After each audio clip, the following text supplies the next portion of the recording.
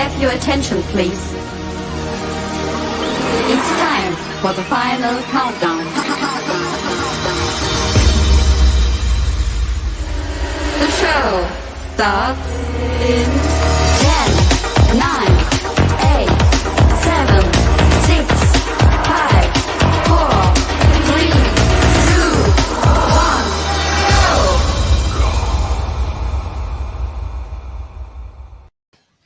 Hey everybody, welcome to this edition of Doc's Taking on the Mormish. I'm your host, Doc. The clinic is open and we are ready to go.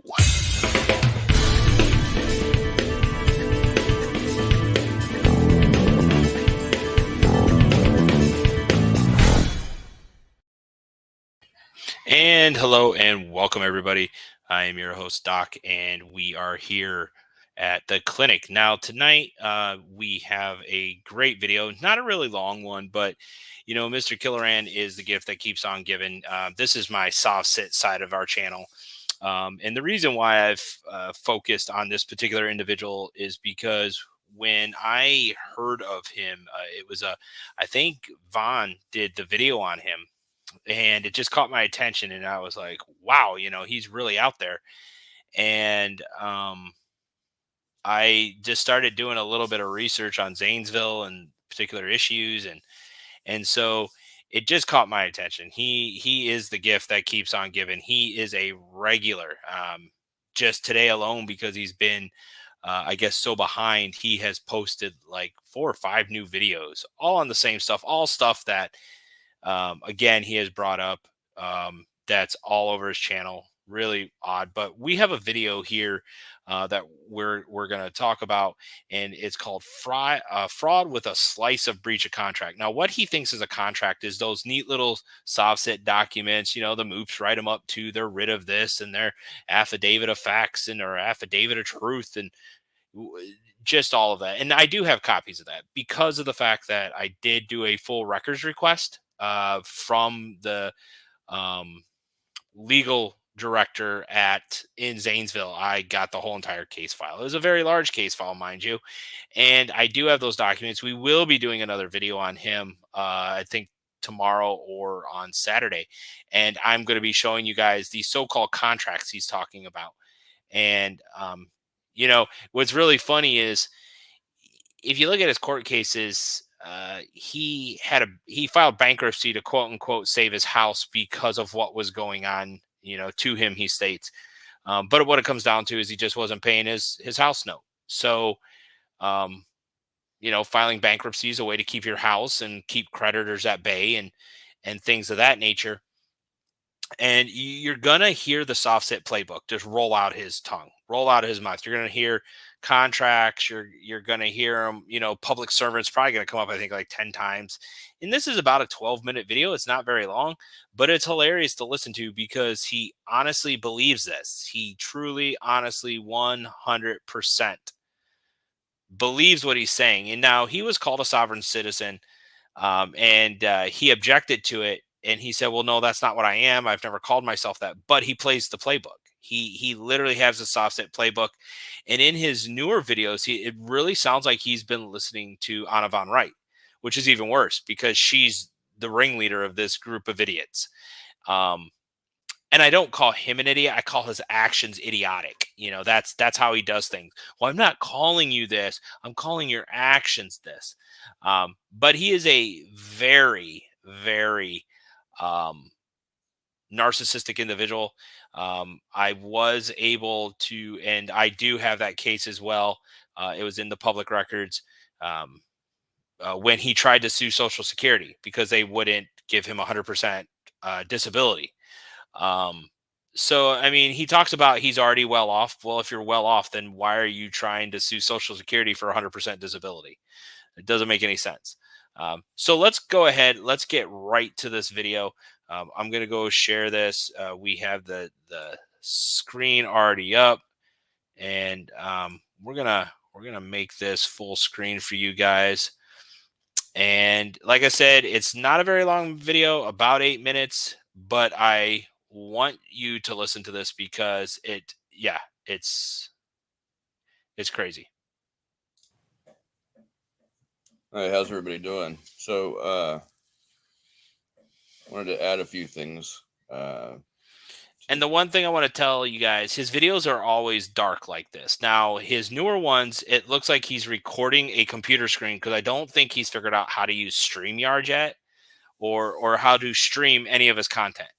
But he is using his phone to record this computer. And I'm trying to read whatever that is on the screen. I could just barely make it out.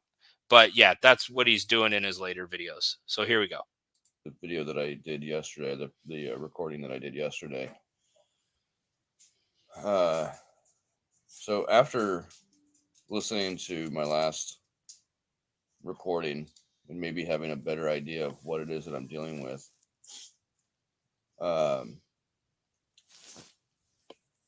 now ponder this. So not only have I gone through all that, but I actually have contracts that have been accepted by the city of Zanesville, personnel in Muskingum County. And Now, these contracts he's talking about, just like I said, these are the typical written things by SovSits, by MOOPs. Again, they weren't signed, they weren't agreed upon, they weren't returned back to him. So he thinks that automatically means that it's consented to. That's another video we're going to do later on, talking about is silence truly means consent. And in this case, it doesn't. He just feels that, well, you got served, so that's, and you didn't respond to me, so the contracts are in effect. Well, that's not how it works. So yeah, let's continue. And I'm pretty sure the state of Ohio as well. I don't recall if I actually sent those out, certified mail to the state of Ohio or not, but I know for certain, city of Zanesville and Muskingum County, how do I put them on notice? The proper Puts them persons on in notice. charge of those entities. And I have current contracts that have been accepted by these people. They have not rebutted. They have not refused the contract. In fact, they accepted it not once but twice. I sent them the contracts. Let's see, I think it was back in 2000. Now, yes, they're back in like 2021. I do have these. Like I said, he sends them as part of court cases, thinking that this is going to save him, that now he's got these people right where he wants. And the sad part about it is he really doesn't. It's, again, that SovSit playbook. 20, if I'm not mistaken. I'll have to check the dates on the documents and the return receipts. But so I sent these documents out. They were accepted. The recipients, the respondents didn't rebut the information. They didn't rebut the contract. So basically, what I'm going to take a stab at what happened is they saw this stuff, and because they have legal teams, it probably went to the prosecutor. The prosecutor looked at it and is just like, yeah, there's no validity in these. There's nothing. And when I show you these contracts or these supposed contracts that he's talking about, they are literally, it's handwritten, it's sloppy. You can just barely make out what he's writing, and it's ridiculous. It is utterly 100% just, it makes you cry. It makes you cry because he is so down on his luck. This is his way of thinking he's going to win. They accepted the contract. Now, I attempted to bring this to the attention of the court because they are in breach of contract. So that would fall. So let me ask you this. If they're in breach of contract, why haven't you filed anything? If somebody's in breach of contract, that usually means a lawsuit's going to follow because of breach of contract. It's no different if it happens in the entertainment world, the sports world. If somebody is in breach of contract, it becomes a legal matter. So why haven't you filed anything? If this year, I think you said 2020, where is the file for these? All under the Maritime Admiralty jurisdiction, and that is something according to the Supreme. No. Again, we talked about this before. Maritime admiralty law deals with international waters. It deals with issues that take place outside of our federal waters. And I went over this and talked about it, I think, night ago, 2 nights ago, how international water, just give you an instance, the federal government goes out 200 nautical miles after the state's borders. So, for instance, Florida, one side is 3 miles out, the other side is 9. And then after that, the federal government goes out. They have federal control, federal waters, 200 nautical miles out from that. So, he's talking about admiralty maritime law or jurisdiction or whatever, but the courts, that's not how it works. The that is for international waters. That's for international law. That has nothing to do with what he's trying to do. And that's what soft sits run into is, oh, it's under maritime admiralty law. No, it's not. You're not out in international waters. You're not on a ship. So tell me how you're gonna, you know, fix this issue that you're talking about. It's not going to happen. And in and of itself, that is the problem right there. Is soft sits have a tendency to pull all their resources from 16, 17, 1800s, thinking that's going to show they're right when it's not, because they aren't up on current law. They're not. In court that the courts do have jurisdiction over, being contracts in between entities. So Yes, if there's a contract dispute, usually what'll happen is that's not going to end up in the international courts. That's going to end up as a civil matter between two individuals. Yes, in civil court, in a civil case, probably in your district court or your city court. It might end up in front of a magistrate and be um, mitigated or litigated between the two to come out to a better solution. But no, not what he's thinking. I want you to realize that not only do I have their agreement, but I have a contract stating that they made certain mistakes, that they failed to act in a certain manner that's beneficial to the community and to me as a beneficiary. Because in this instance, in this situation, they are acting as a trustee. And I'm not going to get into all that, but I wanted you all to realize that aside from the out of control, terrorizing nature in which that these traders operate, they ignore their own contracts that they have agreed to, that they've accepted.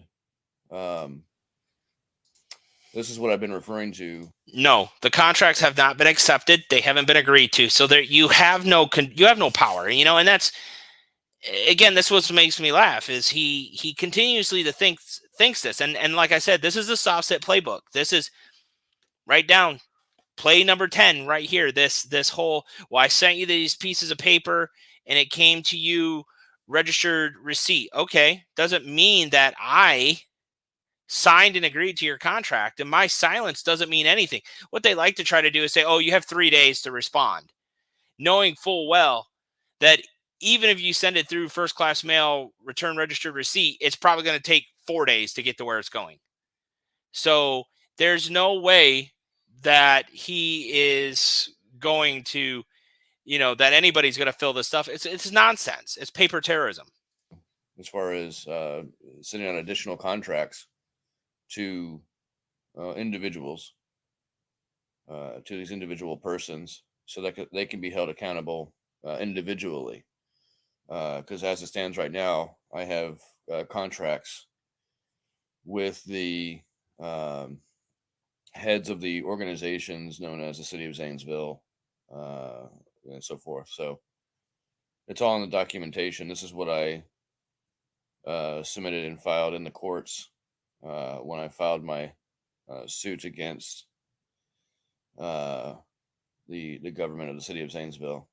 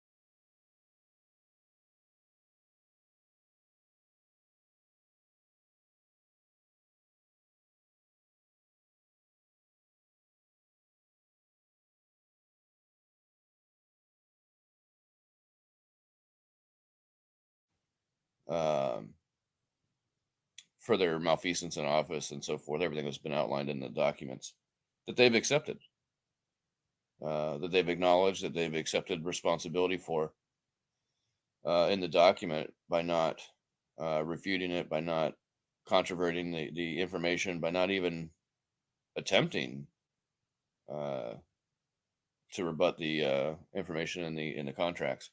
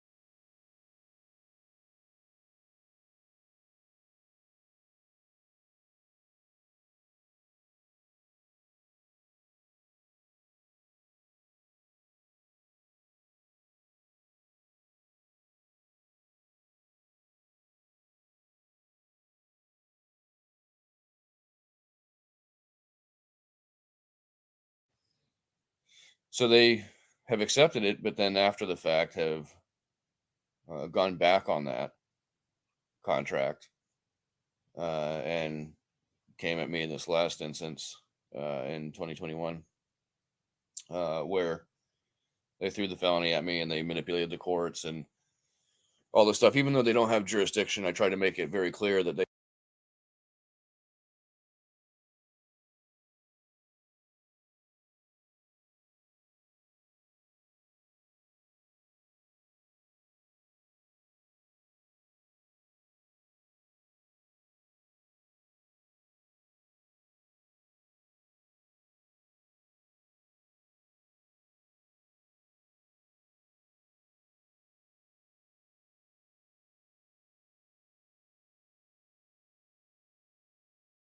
they didn't.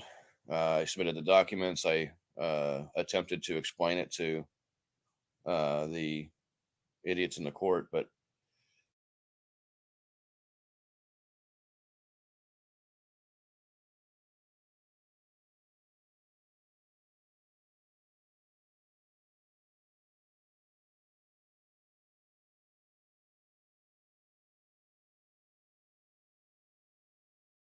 they don't care because they don't have any accountability. So they don't care what I had to say. They didn't care who I was. All they cared about was doing everything they could to force me to submit and comply to their will. So that way they could take advantage of the situation and profit from it.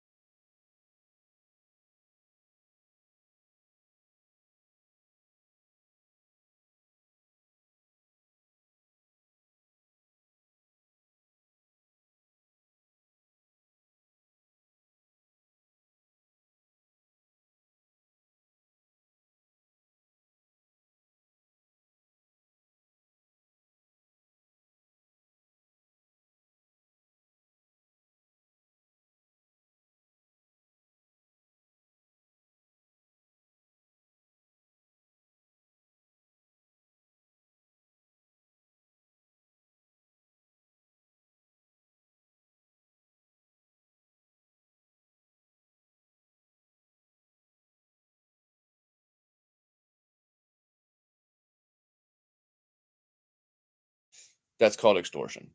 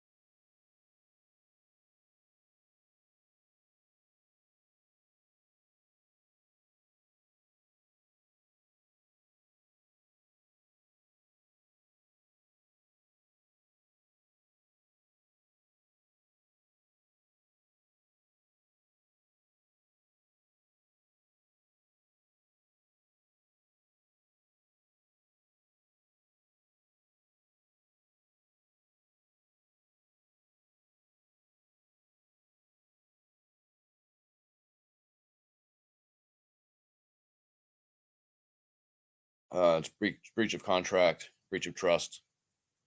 This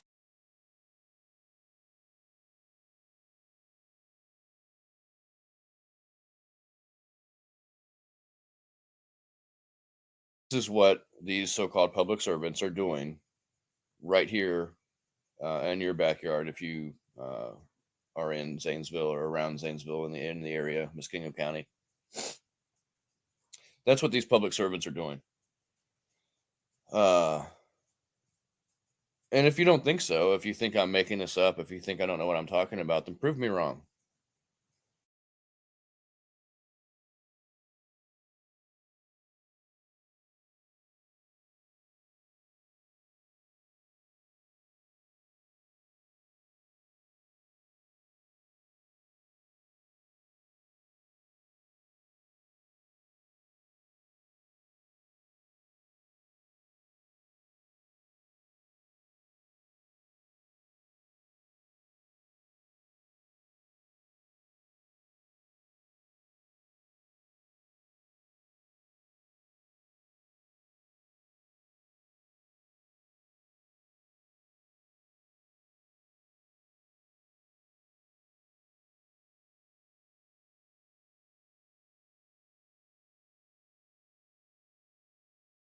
Prove me wrong. Something more than your opinion.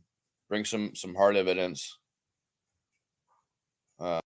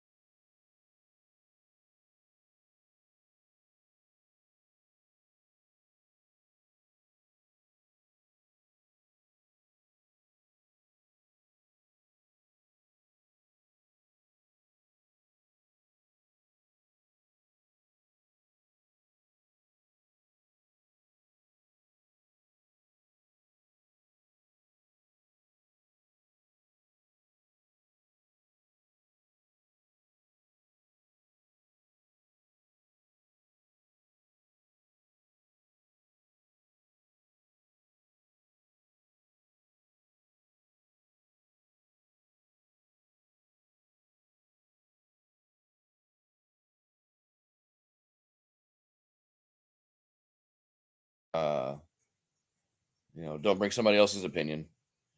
Um, you bring whatever laws and credible information that you have to back up your position.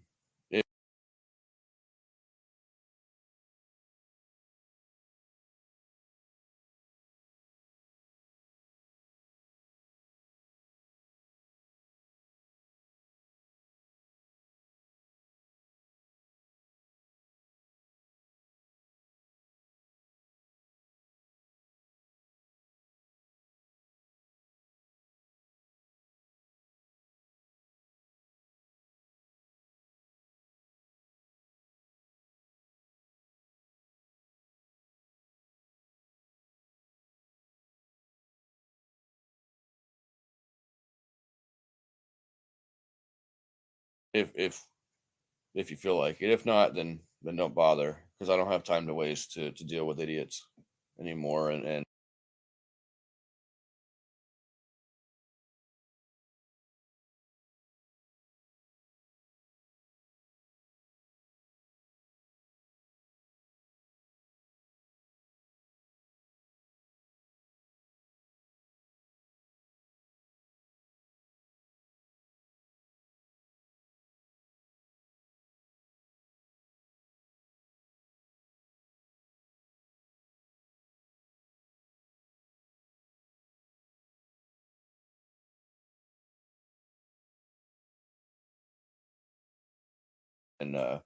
using their opinions to try to prove me wrong.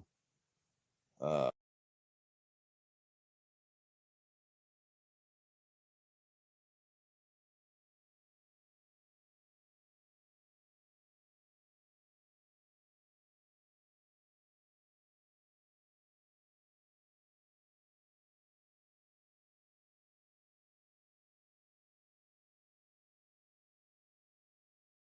That's not how it works.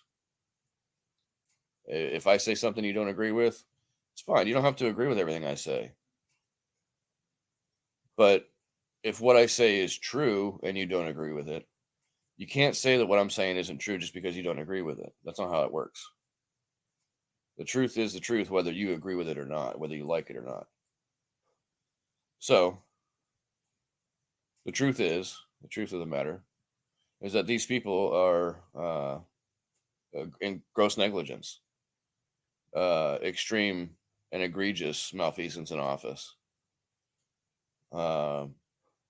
They violate the contracts and the agreements that they accept. They're not trustworthy. They're not honorable.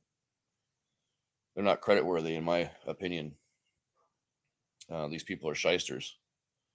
And every time I so make there an we go. attempt So to here we go. So we're gonna go through back a little bit because I just realized my mic was muted in all of that. So he's talking about, he just made the comment that if you want to come with proof and facts, and have a discussion, that's fine. But you can't take somebody else's opinion. That's not how it works. Well, yeah, what you're saying is an opinion. Your opinions are not based on facts anywhere. What you're saying is not factual. You feel you've been wronged by the police because you didn't get the quote unquote justice you thought you were going to get because you're hearing a sound. And mind you, I've already done the research on this. I've got letters that I've sent to people that live around this individual in that same neighborhood that have come back and said to me, no, it's not that bad. It's been here for this long, and we don't have a problem with it. Matter of fact, I have one right here that the address is 403 White Oaks Ave in Zanesville. Okay. I'm going to read this to you because I was trying to gather information on this. Okay. So I start off, I said, hello. You've gotten this letter due to us conducting an independent research study on the possibility of noise disturbances, which is being produced by local area business Stave Company in Casting Solutions. Please answer the following questions to the best of your ability. How long have you lived in the above mentioned address? 23 years. 23 years. Okay. Do you enjoy living in this neighborhood? Yes. To your knowledge, is there a problem of noise coming from the two mentioned local businesses? No. If there is a noise problem, are you able to hear the noise inside your home in the evening hours after 7 p.m.? No. Does the noise disrupt your sleep at night? No. Now, I've gotten several. I know you can't see it right now, but I will scan this in and post it because, again, it doesn't have their address. It just says residents of White Oak Ave. And then I go down and I said, we want to say thank you for taking the time and answering these questions for us. Again, we are conducting an independent research study on the possible noise disturbance due to the above mentioned local area businesses. Once we have gotten back all the response to our study, we will be putting together a report that we will make available to all, which will be online for all to read and download. In the return, please return this document in the enclosed self-addressed stamped envelope. So yes, they turned around, answered this. I had several of them. I also went, here's the other thing. I also went to the Zanesville, Muskegon County Facebook page and asked the same exact question. Tons of responses. So what actually happened was I did a video on this, and it's in my videos on the page, and I also posted it to my blog. And no one complains about the noise. And some of these people live right next to Stave Company. Some of them live not too far away from Casting Solution. Mind you, these are businesses that are staple in the area. One of these businesses have been there for over 80 years. Another one has been there for over 120 years. You come along now and all of a sudden there's this huge noise. And we'll get into that, why I think that is. And again, that's just my opinion. He is more than welcome to disprove it if he wants, rebut it, refute it. I don't care. But what I'm saying on this is he's not batting on the right side of the plate with this. And I think it's going to turn. And I don't think he realizes this yet. I think in his mind, he fully believes he is 100% right. Everybody else is wrong. And he's got some grand scheme to make them all pay for it. Well, I don't think he does. And I don't think he realizes the ramifications that are going to come from him. And I hate to say this, fail in his endeavor, because it's not going to be a fruitful endeavor at all. So let's get back to the video here. Information to have a open discussion or dialogue with these people. Of course, they run and hide like the cockroaches when the lights are turned on. They don't run and hide. They're tired of being harassed by him. Again, if you go to his channel and you listen to some of these calls, I mean, I don't know any woman that would stay on the phone and take the kind of verbal abuse and name calling that just comes from him in a 5-10 minute span. And it's horrible to listen. I mean, you listen to him and you're like, dude, are you 13? You know, nowhere, shape, or form is it acceptable. You know, I would never, no matter how upset I might be, talk to a dispatcher or a law enforcement officer like he does. But again, narcissism does this to people. So just keep that in mind. Keep that in mind that this is beyond just semantics. This is beyond the he said, she said. I have legally binding contracts. No, you don't have legally binding contracts. You have paperwork that you submitted through the courts during your court cases that are not contracts. Now, unless you have something else, you said you submitted these back in 2020. I requested all this information back in before the holidays in 2021. So, and it doesn't make any sense. Your contracts don't hold any validity. There's no weight to them. You wrote a bunch of soft sit crap that you probably found on the internet, and or you saw on some websites that said, yeah, do this and put this in there and sign it like this. And yeah, this is a contract. And if they don't respond, it's agreed upon and the contract is valid. That's not true. That's not how that works. You don't get to set the tone or the terms of the contract without negotiating. See, that's the first thing you got to do is you negotiate a contract. You don't just make it and send it and say, hey, if you don't reply back in so many days, the contract's in force. No, that's not how this works. Not one bit. That are being ignored. They're being ignored because they hold no legal validity. That's why. So keep that in mind. So as I stated, I think in the last video, I'm going to be posting some screenshots or do a video of to show you the docket information from the court where there is no hearing on the docket scheduled whatsoever.